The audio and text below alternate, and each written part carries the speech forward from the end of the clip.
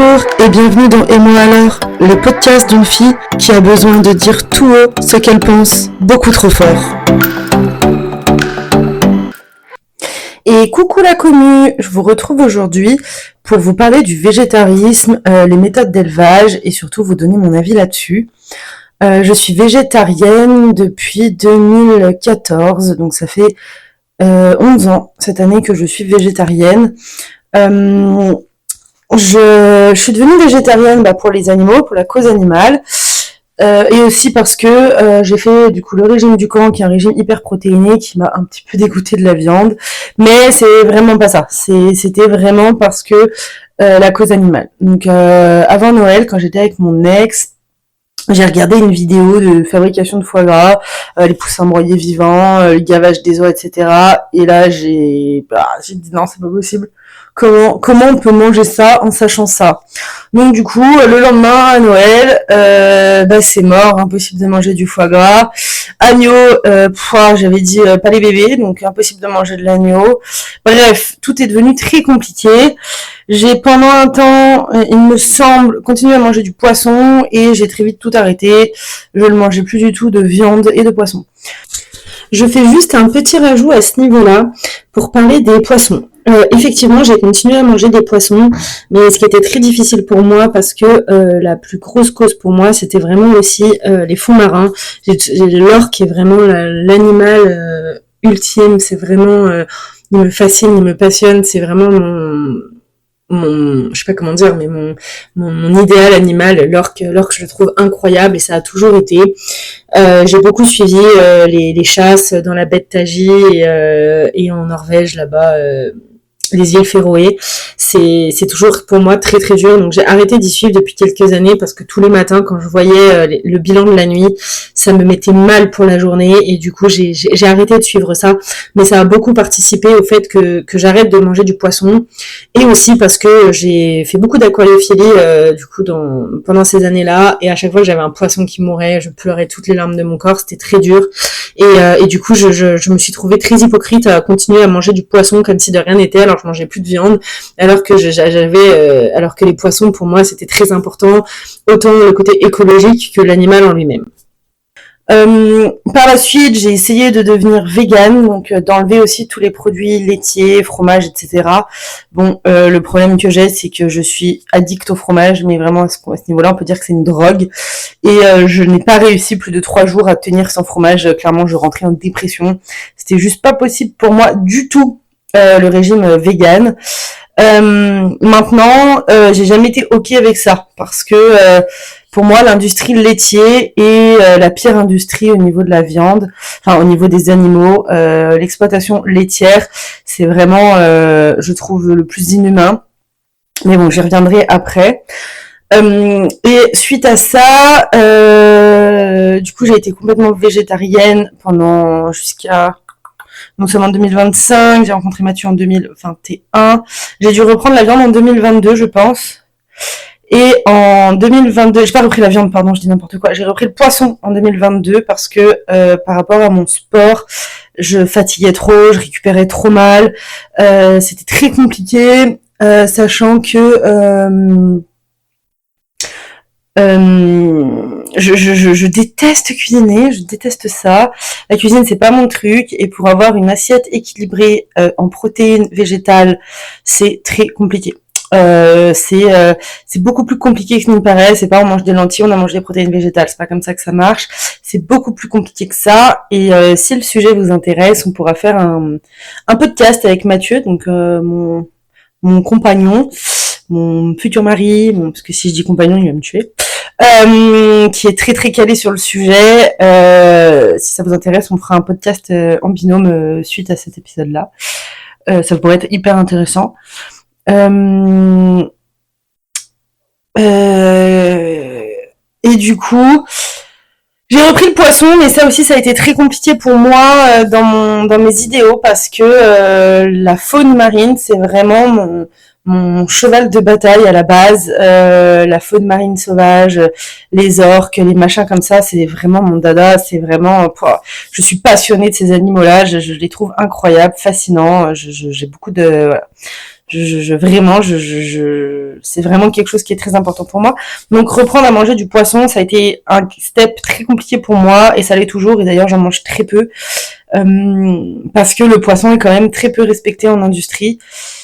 Le poisson, c'est soit on pêche en haute mer, donc c'est pire parce que ça détruit l'écosystème marin, soit c'est de l'élevage, et l'élevage de poissons, honnêtement, ils sont même pas considérés comme des animaux, quoi. Donc là, on est sur un level encore au-dessus de la viande ou du laitier.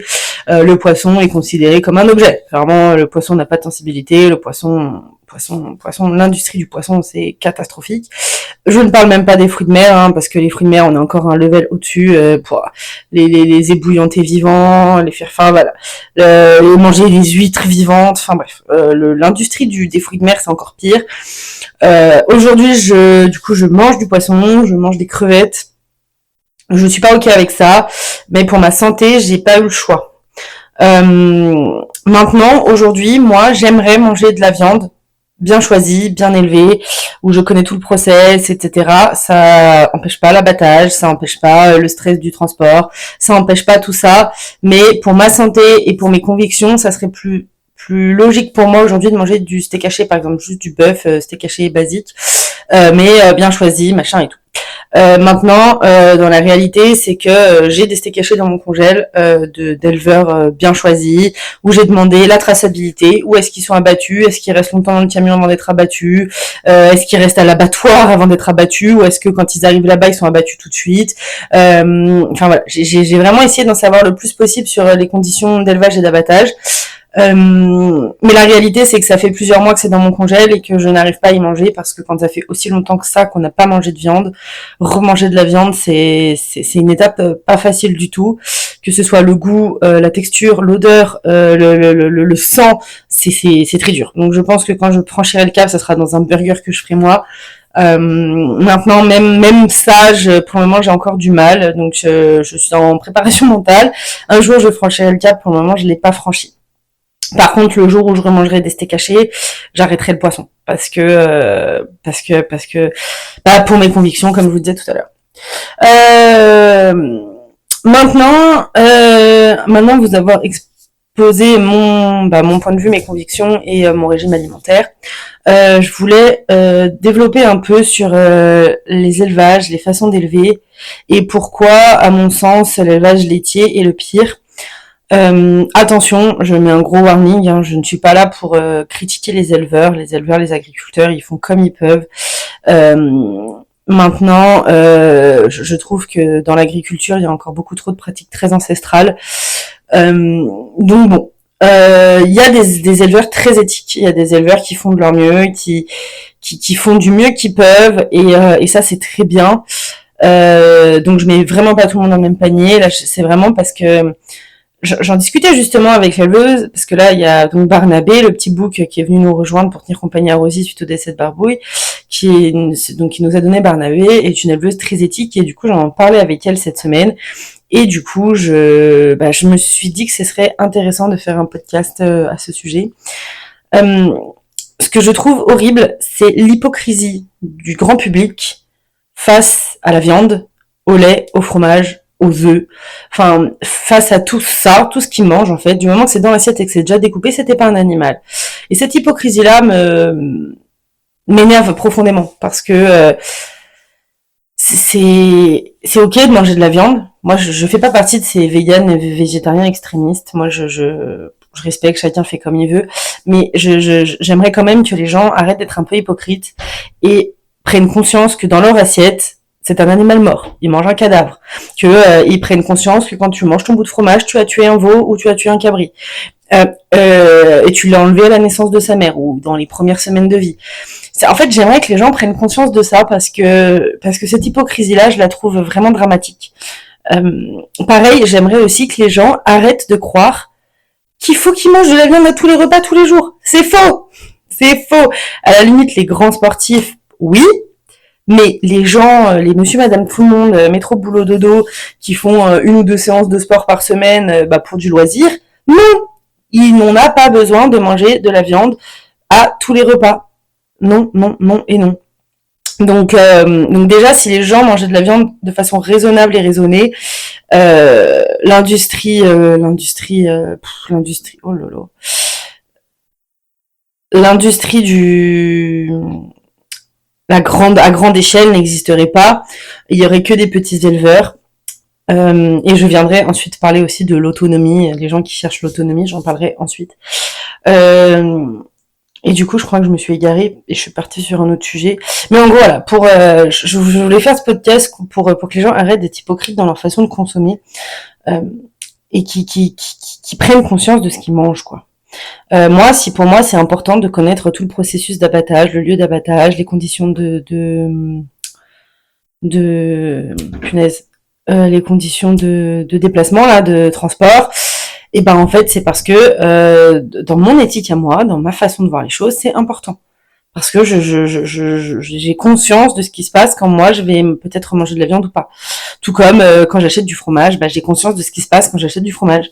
Par exemple, du fromage de vache, bah, j'ai conscience que les veaux partent dans des cages à veaux, donc c'est-à-dire qu'ils sont enlevés à la naissance de leur mère après avoir bu le colostrum, et encore, je ne sais même pas si c'est le cas partout, et ils sont nourris au biberon. Et puis après ils partent à l'engraissement et ils partent à la viande. Voilà ce qui se passe quand vous mangez du fromage. Quand vous mangez du fromage de chèvre, ce qui se passe, c'est encore pire parce que l'élevage de chèvres laitiers, les cabris ne sont pas du tout valorisés. C'est-à-dire que du veau ça se mange, c'est commun, tout le monde mange du veau. Du cabri, je vous mets au défi de trouver quelqu'un qui mange du cabri et surtout je vous mets au défi d'en trouver dans les étalages de grande surface ou même chez le boucher. C'est très rare le cabri parce que ça se mange plus. Sauf que bah pour avoir du lait, pour avoir du fromage de chèvre, et bah il faut des bébés. Et les bébés, bah une chance sur deux d'avoir un mâle ou une femelle. Et des mâles, on en fait quoi? On peut pas garder tous les mâles dans une exploitation. Souvent dans une exploitation, il y a un ou deux boucs.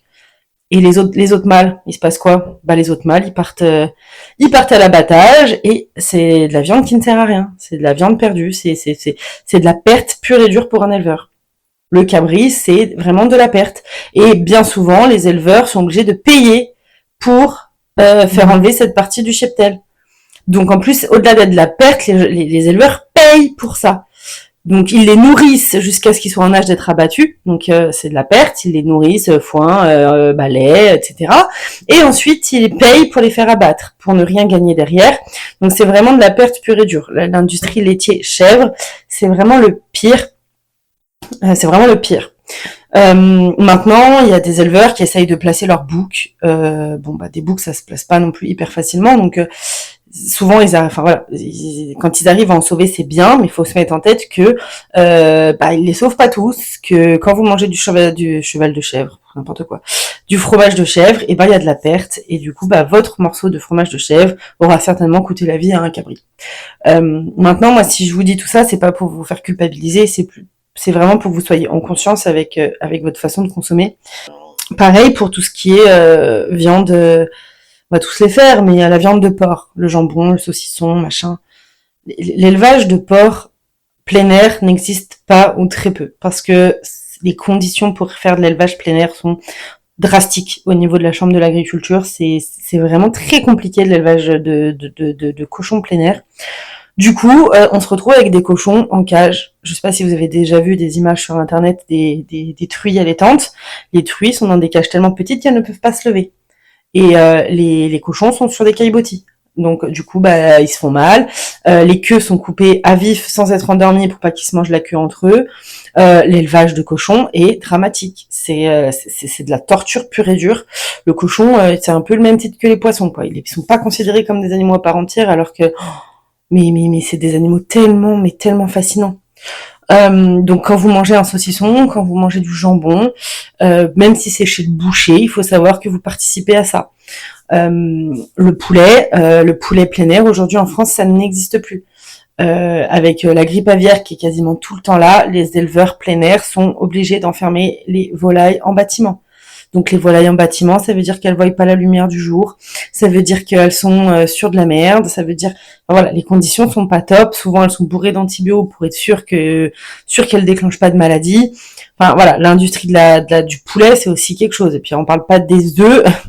Les œufs, les poules pondeuses sont dans poule pondeuse plein air, c'est pareil, ça n'existe pas. Poule pondeuse plein air, on est dans les mêmes conditions. Et je vous parle pas des poules pondeuses batterie ou cage, parce que là, c'est autre chose, quoi. Le lapin. le lapin, c'est pareil, c'est un déchet de viande, c'est considéré, c'est à peine considéré comme un être vivant. Le lapin, on est vraiment sur, il vit dans une cage tellement petite que il peut à peine se tourner. Ils ont pas de litière, ils sont sur caillebotis, donc il y a des blessures.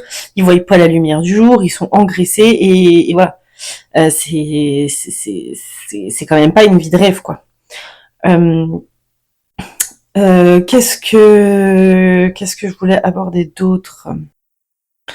Donc essayer de consommer plus intelligemment, peut-être moins, mais de consommer mieux, c'est-à-dire ne pas prendre le premier prix de viande aux grandes surfaces. Renseignez-vous autour de chez vous. Il y a toujours des agriculteurs autour de chez vous qui font de la viande, mais de la viande directement à la ferme. Même si vous connaissez pas les conditions d'abattage, les conditions de transport, bah au moins vous voyez les conditions d'élevage. C'est quand même déjà mieux que d'acheter une barquette sous vide en grande surface et ne pas connaître les conditions d'élevage. Et souvent c'est quand même pas glop. Renseignez-vous, pareil, votre fromage de chèvre ou de vache, bah certainement qu'autour de chez vous, même dans les grandes villes, autour de chez vous, il y a forcément des petits éleveurs qui font eux-mêmes leur fromage.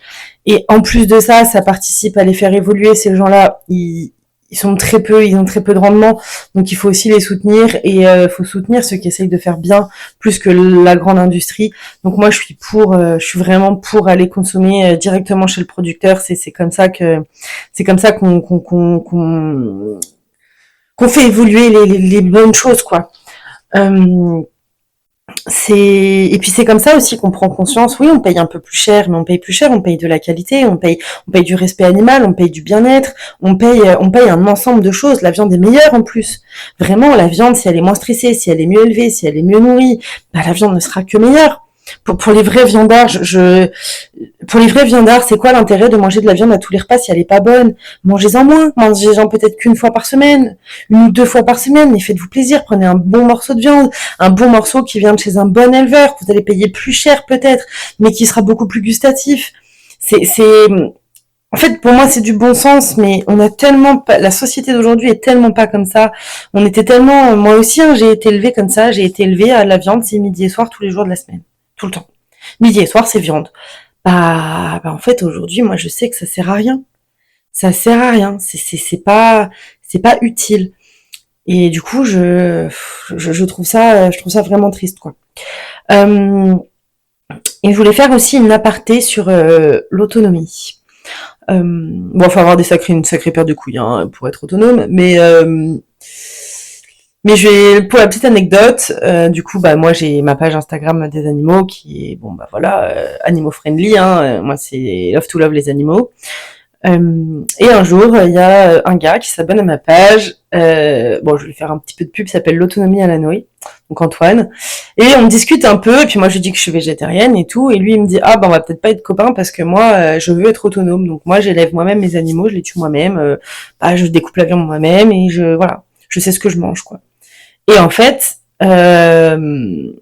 deux choses derrière. Un, que tout de suite, quand j'ai dit que j'étais végétarienne, il pense que j'allais le juger. Je trouve ça dramatique parce que à force d'avoir des véganes extrémistes à tous les coins de rue, on est vu comme des fous furieux. Donc chacun a ses avis, mais chacun a son opinion. Je suis pas en train de juger ni les véganes, je suis juste en train de juger les extrémistes. L'extrémisme dans tous les domaines de la vie, c'est du poison en fait. Ça porte pas les projets, ça porte rien. Ça fait juste ça fait juste, je sais pas comment dire, mais ça efface le message de base. Être extrémiste, c'est mal faire passer le message, c'est mal perçu par les autres, enfin ça va pas, quoi. Donc le message il passe mal, et moi c'est pas la première fois que je me rends compte que quand je dis que je suis végétarienne, les gens tout de suite me mettent dans une case de c'est bon, on va pas être copains parce que moi je mange de la viande. Non, en fait, tu manges de la viande, moi je mange pas, tu fais ce que tu veux, je fais ce que je veux, on est ok. Ça veut dire que quand tu viendras chez moi, si tu veux de la viande, tu l'amènes. Quand je viens chez toi, si toi tu cuisines de la viande, j'emmène mon repas, c'est ok en fait.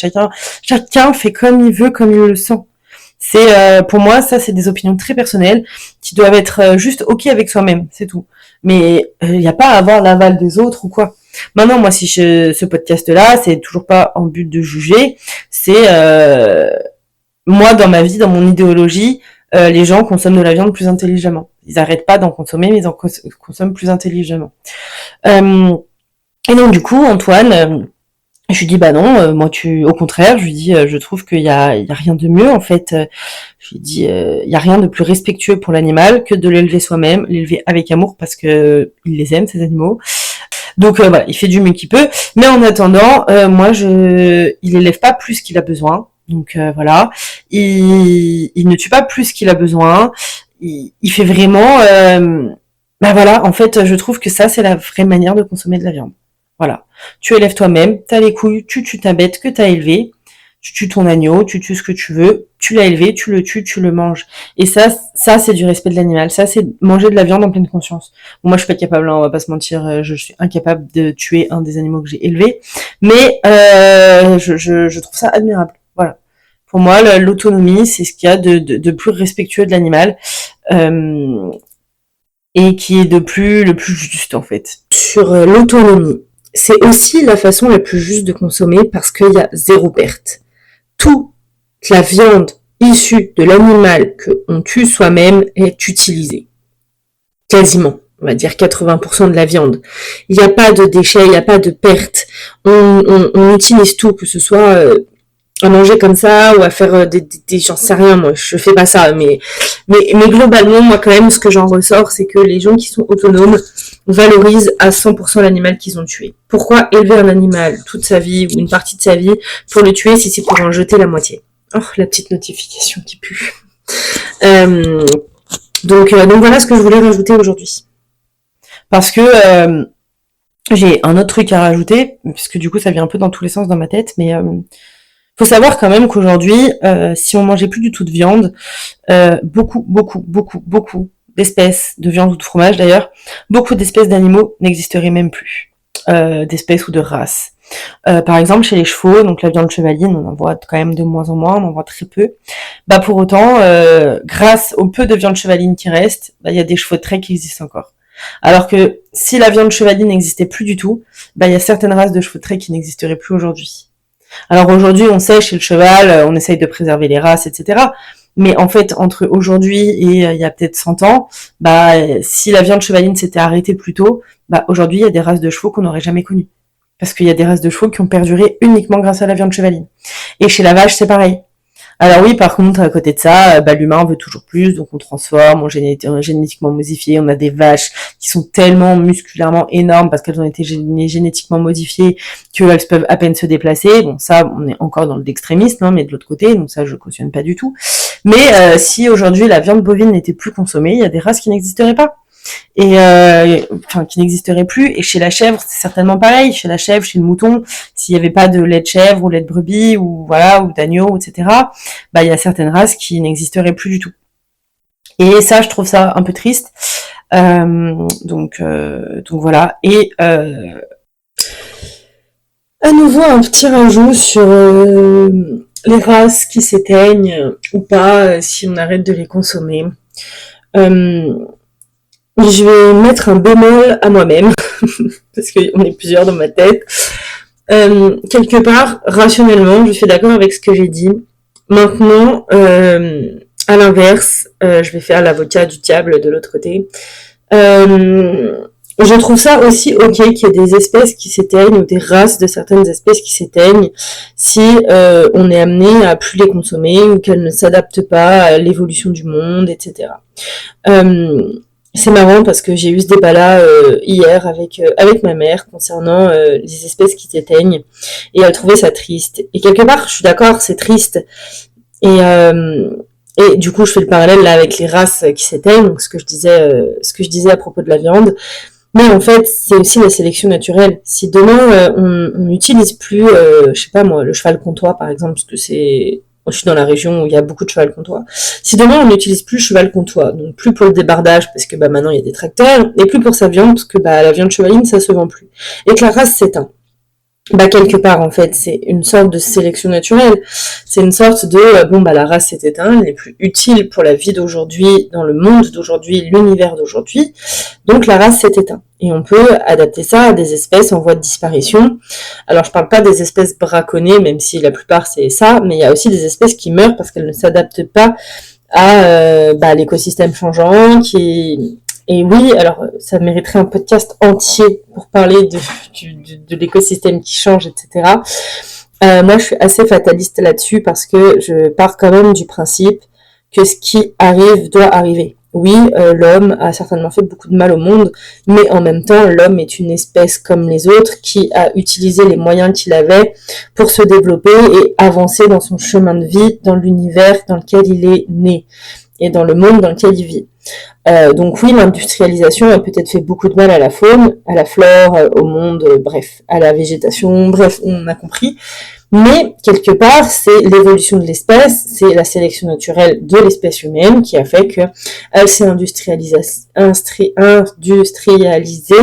pour mieux évoluer. Mais il y a certaines espèces animales ou végétales ou voilà qui se sont très bien adaptées à l'industrialisation. C'est très compliqué ce mot, et qui du coup vivent en harmonie avec ce changement climatique et ce changement du monde. Et il y a d'autres espèces qui ne s'y habituent pas du tout et qui ne s'adaptent pas et qui sont trop lentes dans leur adaptation et du coup qui meurent. En fait, oui, c'est triste, mais est-ce que ça vaut le coup de les enfermer dans des zoos et de forcer une reproduction d'espèces qui... Oh, mais ça part n'importe comment, ce podcast.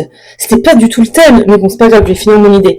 Est-ce que ça vaut le coup de forcer le truc et d'aller balancer des inséminations artificielles d'espèces en voie de disparition qui ne s'adaptent plus du tout au milieu naturel, ou est-ce que c'est pas juste la suite logique et le cheminement logique? Est-ce qu'on n'est pas encore en train, nous, humains, de trop en faire et de mettre notre grain de sel là où on n'a pas à le mettre pourquoi en fait pour nos beaux yeux parce que c'est une espèce qu'on n'a pas envie de voir s'éteindre. Je sais pas. Honnêtement, j'ai pas de réponse à ces questions, mais je trouve que je trouve que qu'elles valent quand même la peine d'être posées. Alors, je sais pas quel est votre avis là-dessus. J'avoue que moi-même, j'ai pas vraiment d'avis. Je suis très partagée. Les deux personnalités dans ma tête sont très partagées là-dessus. Entre il faut préserver un maximum d'espèces et en fait, pour qui faut préserver ces espèces? C'est pour nous humains ou c'est vraiment pour les espèces, pour les réhabiliter? Mais si elles se réhabilitent pas, si elles sont plus aptes à vivre dans le nouvel écosystème de la Terre, est-ce que ça vaut le coup? Enfin voilà, c'est tout plein de questions que je trouve assez pertinentes, donc je me permets de vous les poser et ça fait un peu sens à ce que je disais avant à propos des races qui meurent si on ne consomme plus de viande, mais en même temps c'est pareil, si on consomme plus leur viande, est-ce que quelque part, c'est pas grave que ces races s'éteignent? Voilà, c'est des questions, je trouve que c'est des questions pertinentes. Vous pouvez venir me dire ce que vous en pensez. Je redonne la parole à moi qui avait enregistré le premier podcast. Je ferme cette petite parenthèse parce que là, ça y est, vous me prenez tous pour une folle. Donc voilà. Je crois que j'ai fait le tour du sujet, mais du coup, pour approfondir ce sujet, j'aimerais bien faire un podcast avec Marion, donc l'éleveuse de Barnabé, pour justement que elle c'est une éleveuse éthique. Donc ce que j'appelle éleveur éthique pour moi, c'est que elle prend les décisions pour le bien-être de son cheptel, c'est-à-dire que elle essaye de placer tous ses boucs. Donc voilà. Elle en garde même des castrés quand elle n'arrive pas à les placer. Et ça, il n'y a pas beaucoup d'éleveurs qui le font. Elle passe des journées entières dans les montagnes à faire pâturer ses animaux dans les endroits les plus casse-burnes, juste pour qu'ils aient une grosse diversité d'herbages, de feuillages, d'arbustes, etc. Enfin voilà. En fait, éthiquement, je trouve que en termes d'élevage laitier, elle est vraiment tip top et j'aimerais beaucoup faire un podcast avec elle. Elle est d'accord. Donc je pense que je vais prévoir ça pour un de ces quatre, voir comment est-ce qu'on peut enregistrer ça. Mais ça serait vraiment top. Et du coup aussi pour approfondir le sujet de comment se nourrir en étant végétarien, je ferai un podcast avec Mathieu, donc qui est hyper diplômé en diététique et qui a fait toute une préparation de bodybuilding végétarien. Bon, ça parle pas à tout le monde, mais c'est chapeau l'artiste. Donc je pense qu'il a beaucoup à dire sur le sujet. Et moi, j'ai vraiment voulu parler du côté conviction personnelle et ce que je dénonce dans la consommation d'aujourd'hui, dans l'agriculture d'aujourd'hui, etc. Parce que on pointe, tout le monde est très fort pour pointer du doigt les industries à mille veaux, les grosses industries comme ça d'élevage où bah c'est pas éthique, où c'est mal fait, où les animaux, enfin bref, où il y a rien qui va quoi. Mais en même temps, bah la vraie comment on dit putain, la vraie cause à tout ça c'est quoi? Bah c'est le consommateur. S'il y a moins de consommation, il y a moins d'élevage. Mais plus il y aura de la consommation, plus il y aura un élevage intensif. L'élevage intensif, c'est juste la conséquence d'une consommation qui a augmenté. Donc en fait, si tout le monde revoyait à la baisse sa consommation de viande, ou en tout cas au mieux et à la baisse, et ben aujourd'hui les élevages intensifs, il y en aurait de moins en moins. Donc voilà. Oui, la viande c'est un produit de luxe, mais en même temps la viande c'est élever un animal, le tuer, découper la viande. En fait c'est beaucoup de choses en fait, ça prend en compte beaucoup de choses aujourd'hui de manger de la viande. Et tout ça, ça a un coût. Donc mettre du prix dans de la bonne viande, c'est normal. Voilà, sur ce, bah, c'était un podcast un peu court. Je pensais que ça serait plus long, mais j'ai fait le tour. Je pense que maintenant vous me détestez tous très bien, mais n'hésitez pas à venir m'en parler un peu sur les réseaux, connaître votre avis là-dessus. Euh, Bien sûr, ça sert à rien de venir me parler de maltraitance animale, etc. Au-delà de l'élevage, parce que et c'est pas du tout le sujet ici. Évidemment qu'il y a de la maltraitance animale partout ailleurs, mais c'est pas du tout le sujet. Donc ça fera l'objet d'un autre podcast. Mais voilà. Et sur ce, bah du coup, je vous souhaite une bonne journée et à bientôt.